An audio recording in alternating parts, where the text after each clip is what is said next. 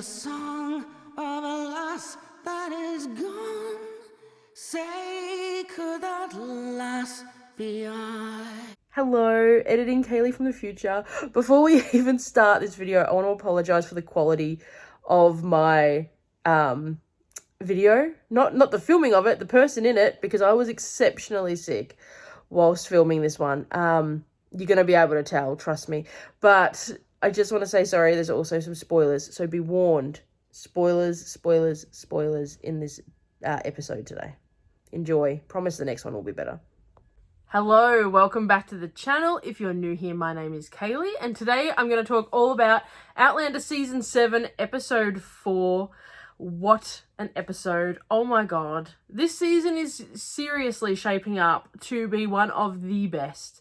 Season 1 will always be my favourite, but this season, it is pulling all my heartstrings. It is getting me, like, just emotionally torn up. I love it. I love this season. Anyone that says that this season sucks is clearly not watching the same show as me, because my god, I'm going to harp about it. But this episode in particular, it ticked off so many things that I loved, and it was really book accurate. I mean, we had a bit of a jump around, but that doesn't matter because we're still book accurate, and I'm loving that. I'm loving that we haven't gone on some weird tangent down a rabbit hole. How was that opening though? I always love to see, like, when they do the opening as the title name comes across and that desk. There was a desk. How convenient. I loved it. Does anyone else think that that's the desk that we're going to find stuff maybe, or something might happen? Does anyone else think that? Trying to be spoiler free, but here we go. A Most Uncomfortable Woman is the title of today's episode, and it starts off, we see Roger and Bree and the kids, and they have grown up. Wow, they've gone a good couple of years at least, and then we are in Lollybrock. Now, this is amazing. I love seeing the current timeline with Lollybrock. It is just, it's so mesmerizing to see it. And I was lucky enough to be there during this filming part, like while they were filming it, to see the caravan out the front and to see, like, the new door and the windows, and I seen all that, and it was just so amazing. And now to see it on screen is just something completely out of this world. I'm loving it. This episode does jump back and forth a bit, so if I'm explaining bits that happen throughout the episode and you're like, no, that didn't happen, it's just because I'm trying to condense sections so we just don't go from, like, oh, Bree and Roger, Jamie and Claire, Bree and Roger, young Ian, Jamie and Claire. So the episode might be a little bit jumbled today, just a little bit. So some things that are at Lollybrock that we have seen in the past. Obviously, the big slash in the wall was something that had to be left there. And later on in the episode, we see Roger sitting in a chair, and Bree comes along and says about him looking like the Laird. That is so cool because it was the chair used in season 1 when Jamie was standing there. He was leaning on it, and it's the exact chair. Like, I've seen images, I've stalked, I've looked, and to have things like that in this, obviously we know it's a production, but to have it in my mind that these items have been passed down, or they're things that they've gone and, imagine it. Imagine if you could do that. Like, I know some people have, but imagine if they were in this situation where it's like, I'm going to go buy a house and there's a chair there, and now it ended up being my great whatever's. It would be just so cool. And for them, they know it's theirs. They know the house, obviously, but it's just so cool. I love it. I'm loving it. So yes, having Bree and Roger living at Lollybrock and renovating Lollybrock, and having Jem and Mandy a little bit older now, where I'm more into their storylines now, because when they're little, they're just like, they're little bit of a nuisance. Like, you can't get much going on out of younger children actors either, so of course, fair enough. But now that they're at that age where it's like, they're going to have their real own characteristics, and their storylines are going to be much better to be portrayed on screen. So I'm very excited. This part of the book where they're living at Lollybrock was one of my favourites, so I'll probably rant and rave about it for a long time. Now that leaves me to Jamie and Claire though. Now their timeline does not jump in effect as far as I can remember. So when we go to see Jamie and Claire, it's not that long after they've head off.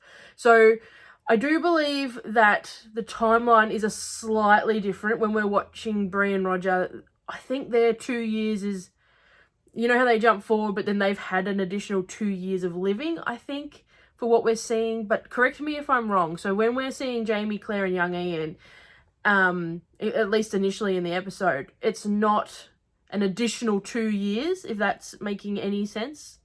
Surely it does to someone. I hope it does, because I would really like to be corrected if I'm wrong. So it's so confusing. Timeline conversations are so confusing. Bree and Roger, I believe, have been in the future for at least 2, possibly 3 years at this point.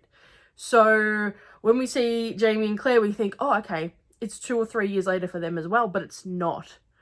So is that what everyone else picked up, or am I wrong? Anyway, we see young Ian have his first sort of, who's around sort of moment, and he thinks that Archbug is there to kill him or to kill the people he loves, which at this point he's currently with Jamie and Claire, so of course he's assuming that it's going to be them. In the books especially, Archbug is following and is sort of stalking along, and they do have a bump in moment, but I don't think that's going to be portrayed so much in this. I think that was just to show that he is taking note of what was said, and he's taking it seriously, and it's definitely playing on his mind. Then we jump to William and Henry. Now, we get our first glimpse of a little bit of a temper from, well, not a temper, but a justice temper from William as we see the fire ship scene. Now, this scene was pretty gruesome. I was a bit like, when the working girl has been set alight because she's got, what's the disease called? Put it in the comments. I'm sorry, I don't know. I can't remember what it is. But William obviously comes to somewhat of her defense, and, we see his reactions to everything. That's a bit different in the books also, but I really enjoy that they give William the lines and they give William the say, and not just the trying to put it to an end, but give him more of a oomph about it. It's also our first glimpse into seeing Henry, and he also mentions Hal, which is Henry's father, William's uncle. So it's going to be really interesting to see how that sort of plays out, and what storylines in connection with Hal and Henry and William are going to play out, because I think we're going to ditch some of them, but I'm not sure which ones. Now we see that Roger is writing a book, and this is really good, but we know how I felt about books in the previous season. So, what was it? Yeah, previous season. When Bree had the book from Frank, I was very paranoid about it being just floating around in time. Like, we've got this book here, hi, it's about the future. Haven't read it all yet, and, we know how I felt about that. But again, Roger is writing a book explaining to the kids what's happening. This is your life, it's true, you can time travel, the do's and the don'ts, be safe, etc., etc. It is a good idea. The kids are going to need something like that, especially if something were to happen to them, as in Bree and Roger. But is it safe having something like that just laying around your house? I don't know. It's one of those things where it's like, do you or don't you? I guess you would have to, in the aspect of, your children's safety and your children's well-being is, of course, most important. And if someone read it, you could claim that it was just a fairy tale, I suppose. But it really is interesting that, again, a book comes into play that they're just going to leave sitting around. I think it just triggered me a little bit in regards to the book from Frank. I have made a terrible mistake. And I'm going to somebody will correct me, because I don't want to point it out, because I don't want it to be too obvious. Yeah, oops-a-days. I am not going to say any more about that. I have cross-contaminated, I believe. But anyway, we will come back to that. And if you are wondering what is going on, I'm time poor and cannot restart this filming. But there may be a spoiler in there at some point. We also see some of Roger's slight insecurities come into play in this sort of scene when Bree goes off and gets herself a job. Now, we see a lot of Claire in Bree when she goes to the job interview. I love it. I love seeing Bree come into her own and be very much, no. I am the most qualified for the job. I am able to do the job. Your protocols and your procedures are not up to form, and I know this. So move aside. I love it, because as someone, I am a female, obviously, in a very male-dominated sport of speedway. I race. I am the only woman in my class, and there have been many occasions where I have been told that a girl should not race and girls should not compete. Anyway, so when I see things like this come into play, I am very much girl power rocks. So when this was being played out, I was sitting on my couch with a grin from ear to ear going, yeah, you go, Brie, you tell him. And it really does, you just see Claire. You see those little flashes of Claire come through and I love it. Absolutely love it. But unfortunately for Roger, this does bring up some insecurities. But of course, as most lovingness couple stuff on this show, they work it out pretty quick, which is nice. And we see that, you know, even though he's a little bit insecure about the fact that he told Jamie and Claire that he would look after them and be the breadwinner, Bree is Bree, and she's going to be able to do a fantastic job, which we know. Jumping back to Willie, we see that he is now being recruited to be somewhat of a spy, an intelligent agent to spread information from one place to another. I cannot remember the guy's name and it's really bugging me. But again, drop it in the comments. I love jumping into the comments and being like, oh, that's right, that's what I was talking about. And getting names and facts right. So please never hold back in the comments. But off he goes and he travels along. He has some altercations, which we've seen with the lovely scene about his, like, the stick going into his arm after his horse is struck at by the snake. Ugh, disgusting. Yeah, that really was, there was a few graphic things in this episode, which, I mean, for years we've had very traumatic things happen in this show, but for years, seasons at least, not many too, like, I mean, gruesome as in like pus and sticks in arms. There hasn't been that many. I don't think. Anyway, poor Willie, straight in his arm. Here we go. He's in a bit of trouble. Luckily for him, young Ian comes along and, you know, helps him out, gets him to go along, and they meet Rachel and Denzel. Now these are Quakers and I just love them. I love how headstrong Rachel is. I just love their entire storyline, and it's definitely going to come into play. So I won't jump into too much because I've noticed this episode in particular, I am jumping from book to series and I'm confusing myself. So I'm trying to be really careful now.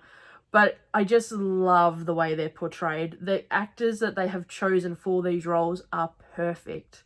I'm in love with them. At the start of this episode, I did warn you that I'd be going back and forth throughout the episode, and I am about to. So we see Jamie and Claire and young Ian heading off, basically getting themselves ready to go to Scotland. And of course, Jamie runs into old mate. Again, I don't know his name. I'm shocking with names today. Anyway, and he gets subscripted into the army. Of all things, at this poor man, he just wants to go to Scotland. Let him go. Anyway, we know that's not going to happen. That's not how the story plays. And of course, Claire says, well, you're not going anywhere without me. Every time we get separated, bad things happen, which we know. We know that for every loving, happy scene, they have to pay an untormentable price. And young Ian also says, well, hang on, this is my home now too. This is my country. I'm here to fight for it. And I can go and convince some of the Indian tribes that haven't agreed to fight for the British to fight for the land. I'm going to try and at least interpret or do something. They all want to, like, he wants to help, which is fantastic. But poor Jamie just wants to go home.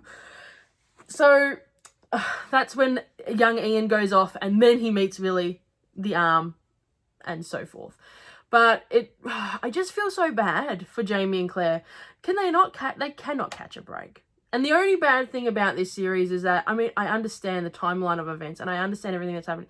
It just feels like it's war after war after war. And when you're reading the books, it does get a little bit like, oh, another war.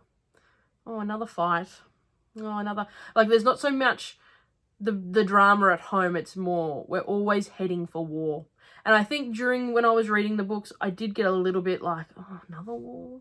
Another war? Really? Why? Here we go again. Can't we just have a bit more timeline of home activities? But that might just be me. Anyway...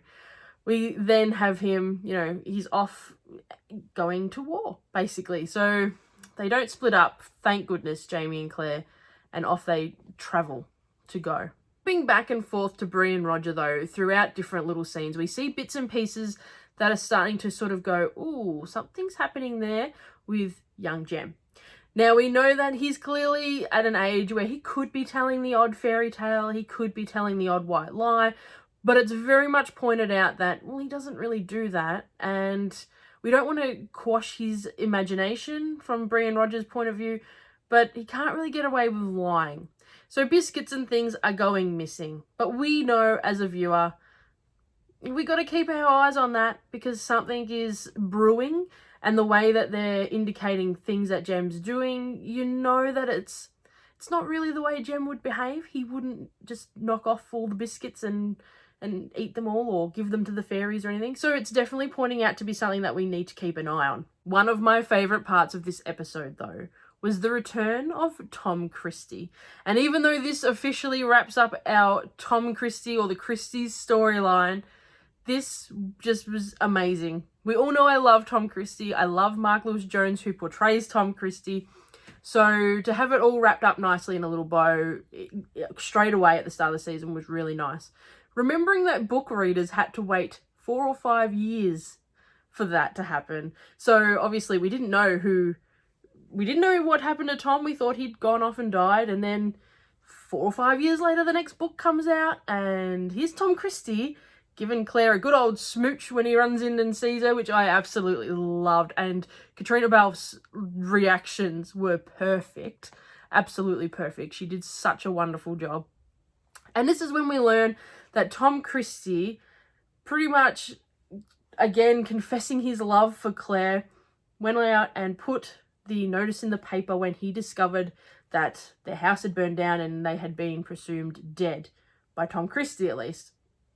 Which you would think during the whole, like, when you're going, oh, who put the notice in the paper? That was such a, a nasty thing to do. It's this and it wasn't. It was such a loving thing to do. He wanted to do that to have their name in history and so that they didn't just disappear into dust sort of thing. And I mean, it's so lovely. I just love it. I love that. I love that he wanted to make sure that they were remembered. And as he said, he couldn't go and put flowers on her grave. So that was him putting flowers on her grave to mark her death. But here she is standing right next to him. So why not give her a good old smooch? I absolutely love it.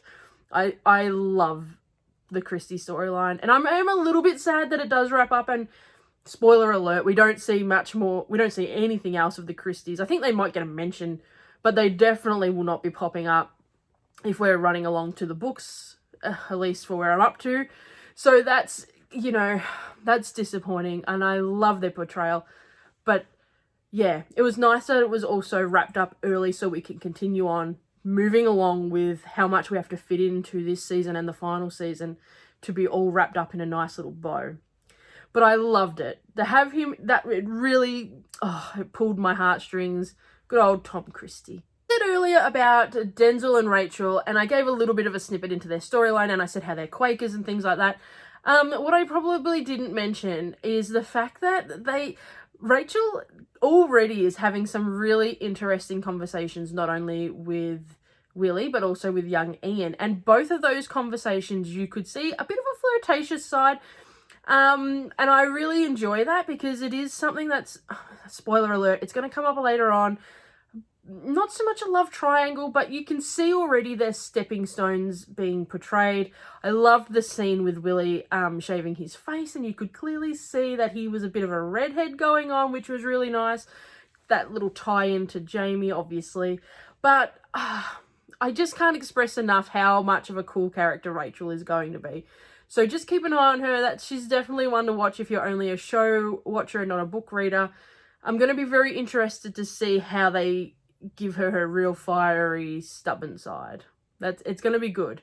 She's a great character. During the conversation Rachel has with young Ian as he's about to leave, young Ian does also give Rachel, for Willie, some money for a new horse, and he goes to get back, but he then returns and says, no, let him keep it. The rosemary beads and the cross that was Jamie's that he'd given to Willie during their travels, as in when they were trying to get him there to get his arm fixed. And Willie was giving them back, but yeah, Ian said, no, tell him to keep them.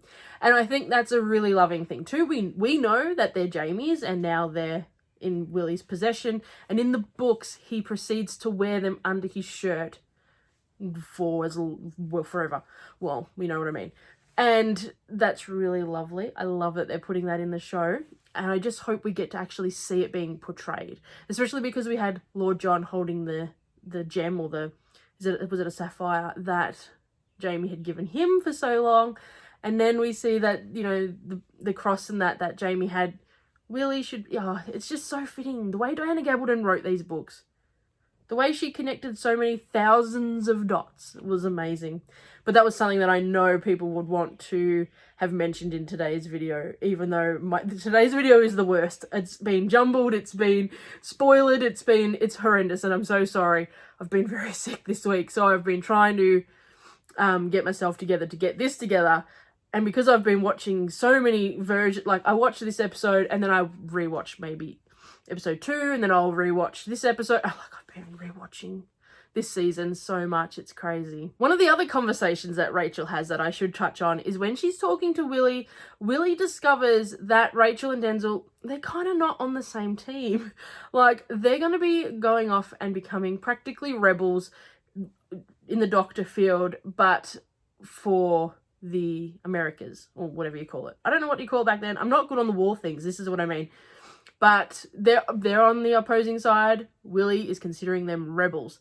But he's also now hearing names that he needs to go and contact for his documents that he's meant to be sharing around. So he's definitely smart and he's keeping his wits about him. But you just need to watch this play out. It's going to be interesting to see how the show throw this sort of storyline into play. I'm very interested to know how deep into the storyline we're going to actually go. And of course, to finish up the episode, we see Jamie and Claire arriving at, I can't even pronounce it, Tor something. I can't pronounce it, but they arrive at the battlefield. No, not the battlefield, the battle encampment. Tortugaroga, is that it? Oh, I'm so bad. That's where you see them arrive there, and it's like, oh, here we go again. Oh, poor Jamie and Claire. Here we go again. Why? Just get on a boat and go. So book-wise, in comparison with this episode, as I said at the start, we definitely jump around a little bit from book to... Well, not from book to book. We've officially 100% finished A Breath of Snow and Ash, and we are 100% in An Echo to the Bone. But we're definitely jumping... So there's a few things that are happening further into the book that are happening now, which are, but it's all playing out very book accurately, which I'm loving. Something that they don't really touch on as much is the dreams. They have made it pointed enough, but in the books, we definitely get a few more snippets about Jamie's dreams and the fact that and it might still play out, I suppose, but you see, I don't really know if I should say that because it might come out in the next episode, but his dreams are definitely more, what's the word?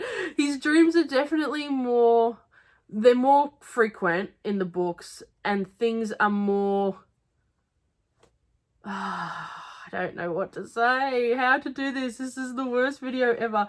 They're more accurately happening, if that makes sense. I'm going to wait till next episode, and if it doesn't happen next episode, I'm just going to go spoiler, and dob. But we'll go with that. So the dreams are definitely more frequent and more obvious in the books, and they're more pointed out in the books up to this point, I believe. And Fergus and Masali, they have not jumped up when I thought they would have. No, I didn't think they were going to be in this season at all, and I still now am backing that 100%. I believe the Fergus and Masali storyline is gone. I don't think we're going to have any major issues with, at least not this season. And if they jump back at a later date, it might be a little bit odd, but I really believe we're going to have none of the Fergus and Masali storyline, which is pretty important in the books, but you can definitely continue the story without it. So that'll be interesting to see. And if you don't know what I'm talking about and you would like me to explain it, just ask in the comments and I'll tell you the storyline in the comments, or you can obviously Google it, probably have someone be able to explain that much better than I am. But if you want me to, please just put it in a comment and I'll drop the storyline that I believe is 100% going to be dropped. But yeah, and I might be wrong, so just be warned. Like, I don't know. But that's something that I definitely think won't be portrayed in this season. So this recap video has probably been the worst to date. I'm very sorry, because it was very much muddled and mixed and spoiled, and there's just lots going on in the Outlander world, isn't there? It's a very crazy ride we're going on, but it's one of the best seasons to date. So I'm very sorry that this video isn't reflecting the awesomeness of the season. As I said earlier, I am sick and I'm very much struggling to even keep my voice without crackling. So I'm very sorry. I cannot wait to see what happens in the next episode. I'm very excited. And then I believe we're having a gap. I think that's hit the internet now, that we're having a gap in August. Early August, we're having a week off. I think it might be after the next episode we have the week off. So that will be interesting. We're starting to get, like, we get right into it, and then we're going to have a break. And then we're going to get another break. Outlander will hit so fast it's not even funny. And then we're going to have to find something to talk about every week. I hope you have a great week, and I will see you very shortly for another Outlander video. Bye.